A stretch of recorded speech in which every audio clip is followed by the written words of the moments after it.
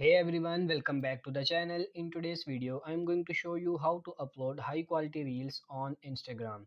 So I will show you some steps. So first of all, just open up the Instagram application and then you can see this plus button in the bottom. You just have to tap on this plus button and select this reel option here. Now just go for your gallery and you have to select your reel you wanted to upload. Just tap on this reel. So let's say I want to upload this reel at the same quality I have made, so I don't want Instagram to compress the quality. So just tap on this add in the upper right corner, click on next. Now tap on this next again. You can do the editing here, but if you want to upload in high quality, so I suggest you don't edit in this sections. Tap on this next, and now if you scroll down you can see this advanced settings option. If you tap on it, and now you can see this option upload at highest quality. You can see always upload the highest quality reels. Even if uploading takes longer, when this is off, will automatically adjust upload quality to fit network conditions. So you just have to toggle this on like this. Now the quality of your reel will be highest. Instagram will be make it highest quality. This settings is not in the all devices. I don't know if you are seeing this settings or not. So after this you can just tap on this next, can just tap on this share,